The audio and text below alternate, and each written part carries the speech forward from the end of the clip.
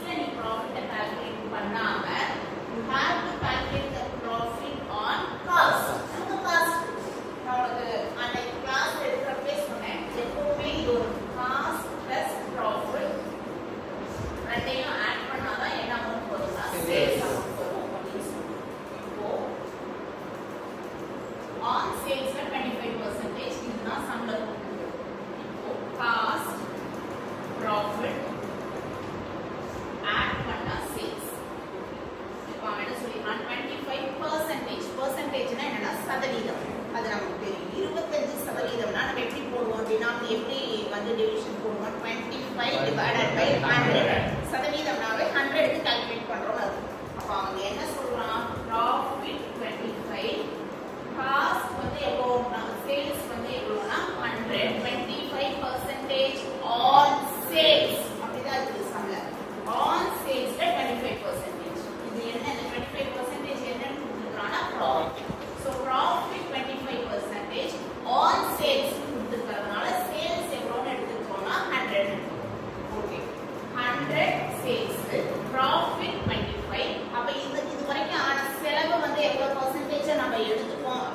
75% இப்போ 25% on sales for year.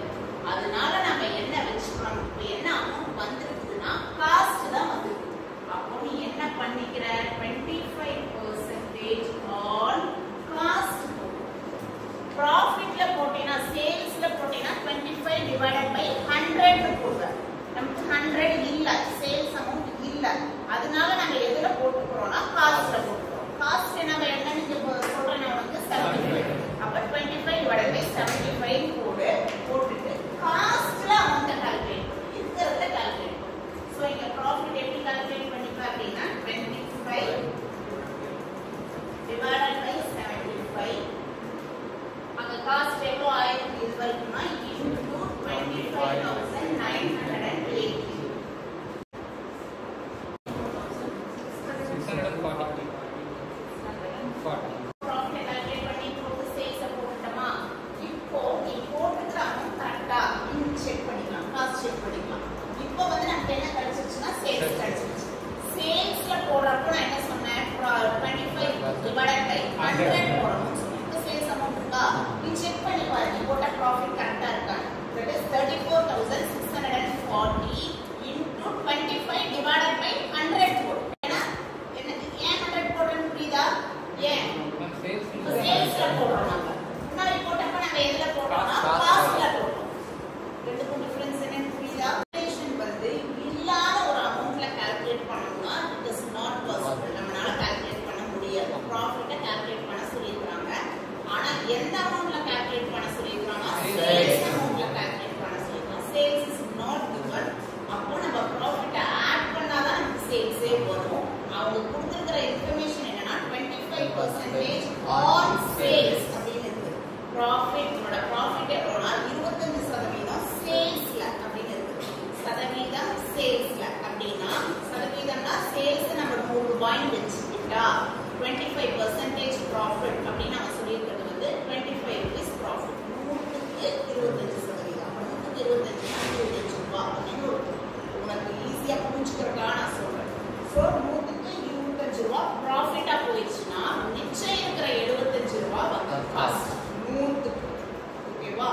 So அப்ப நம்மனால நமக்கு வந்து ஆன் சேல்ஸ் போட்டோம்னா 25/100 போடுவோம். நமக்கு ஆன் சேல்ஸ் போட முடியல. அதனால நம்ம எதுல கால்குலேட் பண்றோம்னா ஆன் காஸ்ட் கால்குலேட் பண்றோம். ஆன் காஸ்ட்னா அதே profit 25% தான். ஆனா கீழ நோட் இல்ல. நமக்கு இந்த போர்ஷன் நமக்கு அவைலபிளா இல்ல. அப்ப நம்ம எந்த போர்ஷன்ல கால்குலேட் பண்ணிருக்கோம்னா காஸ்ட் போர்ஷன்ல. அது எவ்வளவு மிச்சம் இருக்குதுன்னா 75% தான் இருக்கு. ஓகேவா? இது 100. அப்ப 25,980 ரூபாய்க்கு எவ்வளவு அப்படிங்கிற கால்குலேஷன் தான் இங்க போட்டு ஆட் பண்ணிருக்கோம். 1 இத வந்து நம்ம சிம்பிளிஃபை பண்ணனும்னா 1 divided by 4 வரும். 1 divided by 3 வரும். 25 divided by 100 னா 1 divided by 4. 25 divided by 75 னா 1 divided by 3.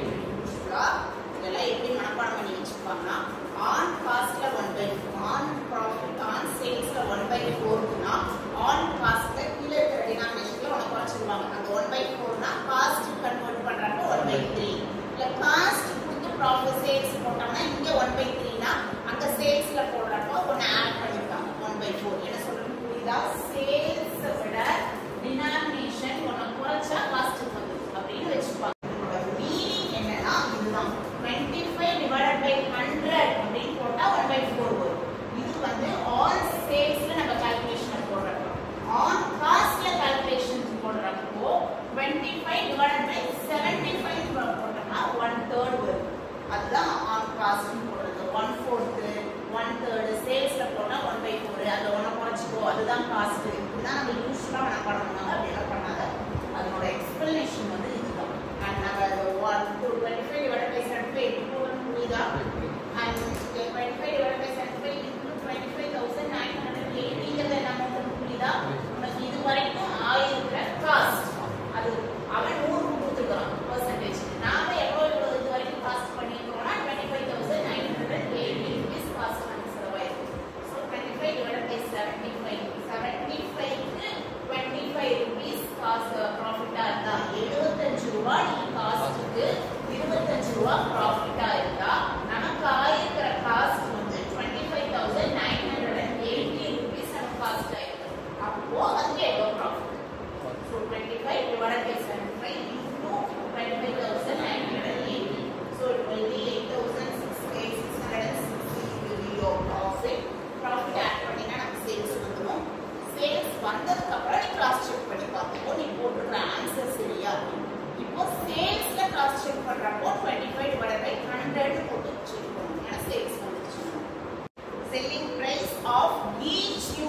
அப்படின்னு இருக்குது. ஒவ்வொரு யூனிட்டுக்கும் செல்லிங் பிரைஸ் என்ன இருக்குது, மொத்தம் செல்லிங் பிரைஸ் எவ்வளவு யூனிட்ஸ் அவங்க ப்ரிப்பேர் பண்றாங்க கொடுக்குறாங்க. 2 யூனிட் கொடுத்துருக்காங்க. அப்போ பர் யூனிட்க்கு எவ்வளோ சேல்ஸ் டோட்டல் 100 யூனிட்டுக்கு.